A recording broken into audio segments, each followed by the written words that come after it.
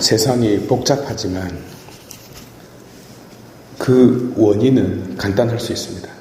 어떤 사람이 여기도 아프고 저기도 아프고 여기도 아프고 막 의사 선생님한테 말해요. 의사 선생님이 뭐라 그럽니까? 술 때문입니다. 딱 정확하게.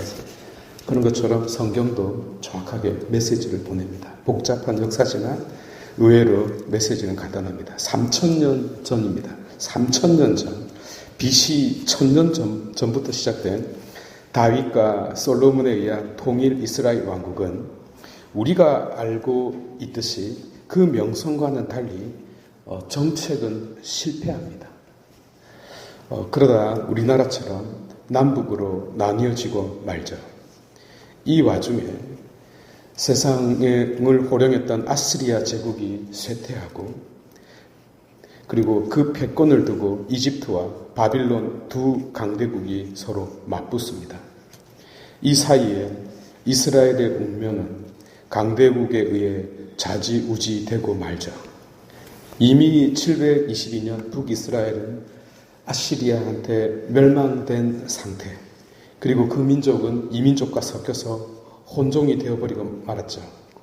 그리고 남쪽 유다도 바람 앞에 등불의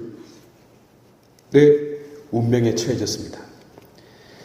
막 떠오르고 있던 바빌론 제국은 100년 뒤 BC 609년 무깃도에서 요시야 왕을 죽이죠. 그리고 이집트와 바빌론은 전쟁을 벌입니다. 당시 아시리아가 쇠퇴할 즈음에 이집트가 북쪽으로 올라와서 유프라테스 강 상류, 곧 아주 전략적인 요충지, 메소포타미아와 소아시아를 연결해주는 그런 어떤 요충지였던 갈그미스를 장악하죠. 바빌론이 이곳을 빼앗길 수는 없습니다. 무역의 중심지고 목숨줄과도 같고 제국이 되려면 여기를 먼저 장악해야 되죠. 마치 러시아가 크림반도를 뺏길 수 없는 것과 똑같은 것입니다. 크림반도를 뺏기면 러시아는 더 이상 호랑이가 아닙니다. 그 역사에서 사라져버립니다. 절대로 뺏길 수 없는 거예요. 거기에 도덕적인 어떤 그런 거 갖다 붙일 필요가 없어요. 그것은 반드시 장악을 해야 되는 곳이죠. 바로 시리아가 그래요. 팔레스티나가 그렇고 바로 이 갈그미스 전투가 세계 역사의 흐름을 바꿉니다. 그런데 609년에 붙었던 전쟁에서는 서로가 비겼습니다. 비겼는데 그 전에 이집트의 바론 느구가 여호하와스가 즉위를 했는데 그를 폐위시키고 여호야킴을 자리에 앉힙니다. 그리고 이집트를 큰 형님으로 모시게 하죠. 그렇지만 바빌론이 간섭을 해서 또 이스라엘은 바빌론한테 조공을 또 바치는 아주 이상한 모양새가 됐습니다. 여기는 큰 형님이라고 부르고 저기는 작은 형님한테 조공을 바치는 그런 위기에 처해져 있습니다. 그런데 전투를 벌리고 나서 비겼단 말입니다. 그래서 바빌론이 한 번 더 전투를 벌입니다. 그런데 이집트를 정복하다가 실패하죠. 이때 여호야킴은 이집트한테 돌아섭니다. 큰 형님, 이렇게. 그렇게 해서 배신을 때립니다. 그래서 바빌론 느부갓네살 왕이 쳐들어오죠. 그리고 이게 바로 2차 갈그미스 전투입니다. 이때 바빌론이 승리합니다. 이때 BC 605년입니다. 이때 느부갓네살은 예루살렘을 침공하여 이집트를 큰 형님으로 모시고 있던 여호야킴을 무릎 꿇이고 나서 오늘 비가 억수같이 쏟아지는데 먼지 날릴 때까지 한번 맞아볼래? 라고 물어봅니다. 그러자 여호야킴이 동쪽에 있던 바빌론 느부갓네살 왕에게 이렇게 대답합니다. 동자 들어간 말 중에 안 좋은 것이 하나도 없습니다. 라고요. 동쪽, 동해, 동방예의지구, 동역신부 등등. 그래서 충성을 다 바치죠. 이때 담보물로 1차 포로들을 데리고 갑니다. 그런데 4년 뒤에 여호야킴은 바빌론을 또 배신합니다. 무슨 백으로 그렇게 했는지 모르겠는데 아마 갱년기였던 것 같습니다. 그러자 느부갓네살은 기가 차서 똘마니를 불러서 손보게 만들죠. 여호야킴을 잡아서 순대로 만들어 버립니다. 간 따로, 폐 따로, 창자 따로. 이때 순대라는 음식이 만들어졌어요. 그리고 아들 여호야킨을 그 자리에 앉힙니다. 그러나 아버지를 죽인 원수를 좋아할 이유가 없던 아들 여호야킨은 또다시 배신합니다. 그러자 느부갓네살은 BC 597년 이를 부두득 가면서 예루살렘을 직접 침공합니다. 18살에 즉위했다가 100일도 안 돼서 폐위되는 일이 일어났는데 용기가 있는 건지 만용인지 구분할 수가 없네요. 이때 왕과 왕비들, 고관 대작들과 7,000명의 명사들, 그리고 장인 1,000명, 대장장이들, 그리고 건장한 장정들을 모조리 바빌론으로 압송하죠.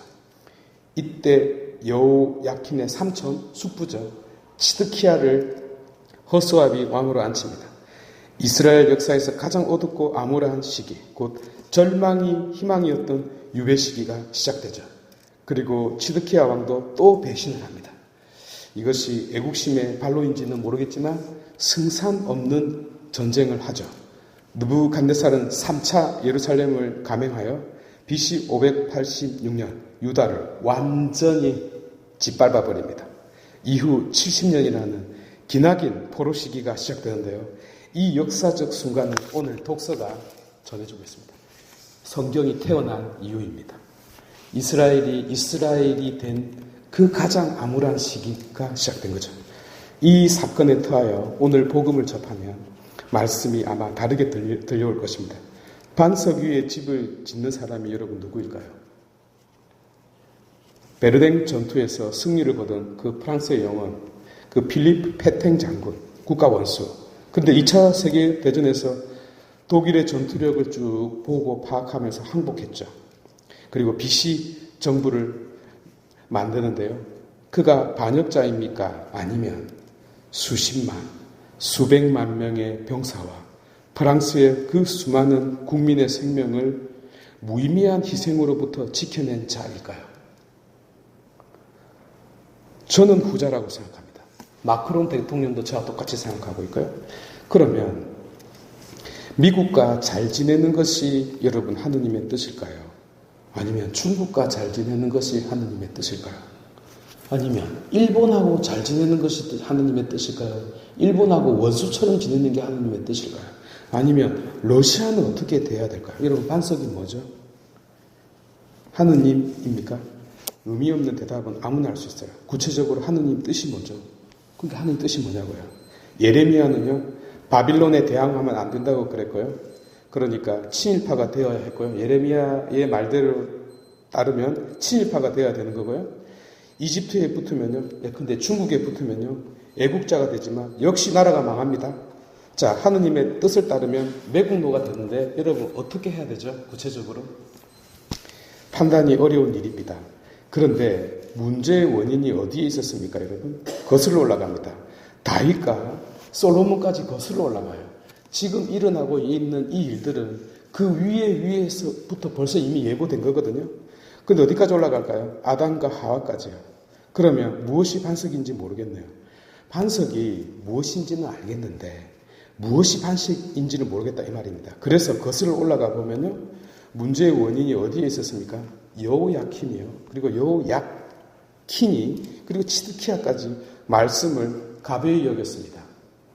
다윗과 솔로몬이 조차도 하느님 말씀을 가벼이 여겼어요. 아니 아담과 하와조차도 말씀을 가벼이 여겼어요. 의외로 답은 간단하죠. 말씀을 가벼이 여겨서요. 이 모든 일이 일어났다고 성경은 전해요. 터무니없게. 그런데요, 깊이 생각해 볼 일이에요. 복원합시다.